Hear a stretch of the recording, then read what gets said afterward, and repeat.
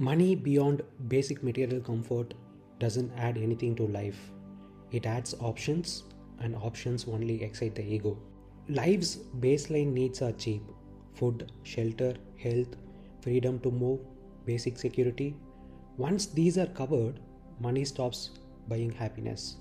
You think more money is better life, but it only gives you more toys to distract yourself. Options is ego fuel. The richer you get, the more choices you have: fancy cars, trips, investments, lifestyle upgrades. But those choices are not your life, they are playthings for the ego.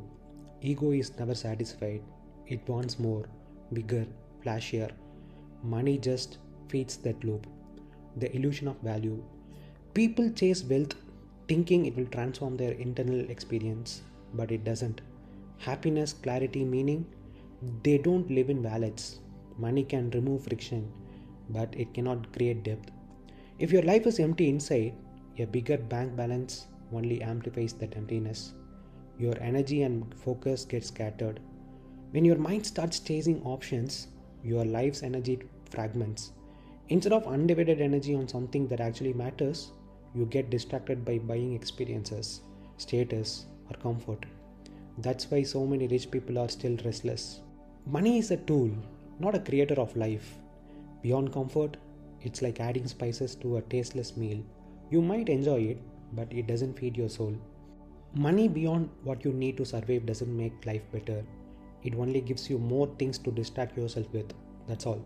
Options, choices, luxuries. They are not life, they are ego fuel. Here's the brutal part. The more money you have, the more the mind plays with illusions. It whispers, if I just had this car, this house, this trip, my life would matter. It never matters. It's a lie your ego tells you so it can keep moving. Money doesn't give clarity, it doesn't give peace, it doesn't give focus. All it does is give your ego a bigger playground. That's why rich people still feel empty. They never figured out that life is not about having more, it's about being undistracted. Undistracted energy is life. All the money in the world is meaningless if your mind is scattered, chasing options, chasing approval, chasing more. Money does nothing to the inner state. Clarity comes from undivided attention. Peace comes from absence of inner conflict. Focus comes from energy moving in one direction. Money touches none of these. What money does is multiply choices, and every new choice activates the mind. The mind loves options because options keep it relevant. A mind without choices has no job. So when money increases, the mind becomes louder, not quieter. This is why wealth rarely produces peace. With limited money, life is simple. You eat what's available. You live where you can. Your energy is forced into the present. But with money, the mind starts asking, should I do this or that? Is this the best option? Am I maximizing? What will others think? This constant evaluation is noise. Noise is the enemy of clarity. Rich people feel empty not because they lack gratitude, purpose, or discipline, but because their energy is fragmented across 1,000 imagined futures. They are never here. They are always managing possibilities. Ego thrives on comparison. Money gives the ego metrics: better car, better house, better experience, better lifestyle. Once comparison enters, peace exits, always. The tragedy is this: people think freedom comes from having more options. Real freedom comes from needing fewer. An undistracted life is one where energy flows naturally into what you are doing without negotiation, without inner chatter, without the question, is this enough? Money cannot remove that question, only inner stillness can. So, money beyond comfort doesn't elevate life, it complicates it. It gives the ego more levers to pull, more games to play, more illusions to chase. Life is simple. The mind, when given resources, makes it complex. That's the whole thing. Money does not improve life because life is not addictive. You don't become more alive by stacking things on top of yourself. Survival needs are physical. Once they are met, everything else money buys exits only in the mind. Status, lifestyle, experiences, luxury. None of these are lived directly. They are interpreted, and interpretation belongs to ego. Ego needs motion. It cannot sit still. So it invents futures. If I get this, then I'll feel complete. Completion never arrives. because ego is structurally incomplete. It survives by wanting. The moment a want is fulfilled, it dissolves and ego immediately creates another. Money accelerates this loop. With limited means, illusion is constrained. With abundant money, illusion becomes infinite. The money starts browsing life like a catalog. Every option becomes a hypothetical better self. You are no longer living. You are comparing lives you are not living. That's distraction. Distraction isn't watching Netflix or buying things. Distraction is energy leaking into imagined states instead of the present moment. Luxury is particularly deceptive because it feels refined, but refinement doesn't equal depth. A silent walk with undivided attention has more reality in it than the most expensive experience purchased with distraction. The whisper, "My life would matter," reveals the real problem. Life doesn't need to matter, life already is. The need for meaning is ego's symptom, not life's requirement. Money doesn't create meaning, it creates narratives. Narratives keep the ego occupied so it doesn't have to face stillness. That's why people with wealth keep moving, new projects, new places, new upgrades. Not because they are passionate, but because stillness would expose the emptiness beneath motion. So, money beyond survival doesn't make life better, it makes escape easier. And escape is the opposite of living. Options is ego fuel. The richer you get, the more choices you have. But those choices are not your life, they are playthings for the ego. Ego is never satisfied, it wants more, bigger, flashier. Money just feeds that loop. Options are not neutral. Every option pulls attention. Attention is energy. When money increases, options multiply. Not just external options, but internal negotiations. The mind begins running background processes constantly. Should I do this or that? Is this better? What am I missing? That background noise is the cost of wealth nobody talks about. Ego feeds on comparison. Options exist only in relation to other options. A car is not a car. It is better or worse than another. A trip is not an experience. It is a statement. An investment is not security. It is identity. None of this is lived. It is measured. Measured life is not life. It is accounting. This is why ego is never satisfied. Satisfaction would end comparison, and comparison is ego's oxygen. Money doesn't create the hunger, it industrializes it. People believe wealth will change their internal state. This is the great misunderstanding. Internal states change only when attention becomes still. But money does the opposite. It agitates attention by multiplying stimuli. Happiness, clarity, meaning are not achievements, they are byproducts of unfragmented energy. You don't acquire them, you stop losing them. Money can remove friction, yes, it can remove hunger, insecurity, physical stress. This is real and important. But depth is not frictionless living. Depth comes from contact with life without escape. If someone is empty inside, money doesn't fill the emptiness, it gives it furniture. The emptiness becomes harder to notice because it is decorated with comfort, novelty, and stimulation. This is why wealthy lives often look full and feel hollow. Now, about energy. Life's energy is meant to move in one direction at a time. When it does, there is focus. Focus feels like meaning, not because it is meaningful, but because fragmentation has stopped. Options fragment energy. Every unchosen possibility remains psychologically open. You are never fully in one place because other versions of life are mentally running in parallel. This is restlessness. Rich people are not restless because they want more. They want more because they are restless. They confuse motion with aliveness. Buying, upgrading, experiencing becomes a way to avoid stillness. Stillness would expose the truth. Nothing external was ever missing. Undivided energy feels like peace. Divided energy feels like ambition. So money doesn't ruin life. Distraction does. Money just makes distraction easier, prettier, and socially acceptable. Survival needs are concrete. Hunger is not a concept. Pain is not symbolic. Shelter is not an idea. When food is eaten, the body is fed. When the body rests, it recovers. There is no interpretation involved. Beyond this level, money stops interacting with life directly. Status is not something you touch.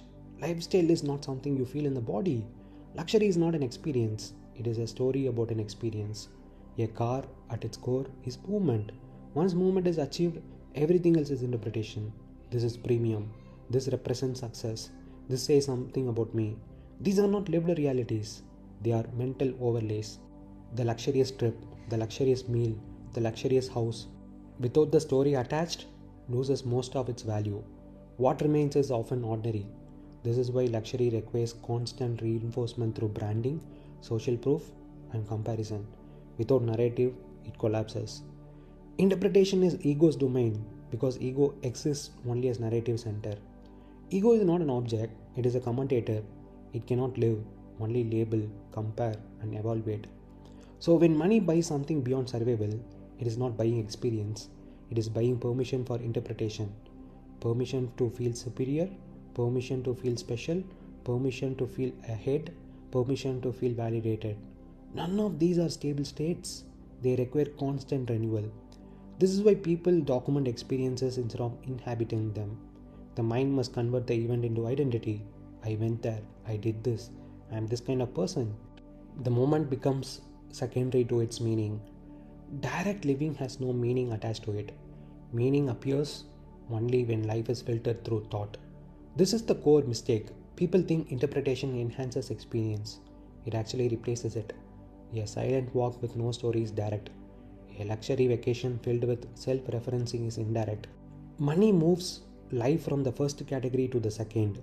This is why minimal physical needs can produce deep peace, while maximal comfort often produces psychological noise. Not because simplicity is virtuous, but because it leaves less room for interpretation. And where there is less interpretation, there is less ego. Where there is less ego, there is more contact with life. An experience is what the senses register before thought arrives. Sound, pressure, temperature, movement, taste. Luxury begins after that. A car moves the body from point A to point B. That movement is the experience. Leather seats, brand names, engine notes. These do not deepen the movement. They deepen the commentary about the movement. This is smooth. This is powerful. This is elite. Notice something important. These sentences are not sensory. They are judgments. Judgments require comparison. Comparison requires memory and imagination. None of this is present moment living. Remove the labels and the sensory difference collapses quickly. Most luxury feels impressive only when contrasted against a mental baseline. That's why luxury must be taught. You must learn what to admire. The same applies to trips. A beach is sand, water, light, wind. The body experiences this instantly. The value appears only when the mind adds. This is exclusive. This is expensive. This is rare. This is aspirational. Without these overlays, the beach is just a beach. Pleasant, yes, but not transcendent. This ordinariness is intolerable to ego. Ego needs hierarchy. Luxury supplies a hierarchy through story. Branding is not about quality, it is about positioning meaning. It tells you where this object sits in the social imagination. Social proof completes the loop. Others must recognize the story or the story fails. That's why luxury loses power in isolation. A Rolex alone in a drawer is just a machine. Its meaning requires witnesses. This is also why luxury decays so quickly. Once a story becomes familiar, it stops stimulating. The mind demands a new narrative, new upgrade, new level, new exclusivity. Direct experience does not decay like this. A quiet morning does not lose its depth through repetition. A simple meal eaten in awareness does not become boring, but stories always expire. So luxury is unstable by design. It depends on constant novelty and validation to maintain its illusion of value. Strip the narrative away and what remains is often functional, pleasant, and ordinary, which is exactly what life has always been. Luxury collapses without narrative because it was never about experience. It was about meaning making, and meaning making is ego's job. Ego cannot tolerate ordinariness because ordinariness offers no differentiation. Ego exists only by contrast. I am this, not that. I am above, not equal. I matter more here than there. Ordinariness collapses all contrast. When something is ordinary, it has no rank, no signal, no identity leverage. An ego without leverage feels like death. Not physical death, but psychological irrelevance. This is why ego constantly seeks hierarchy. Hierarchy answers the ego's core anxiety. Where do I stand?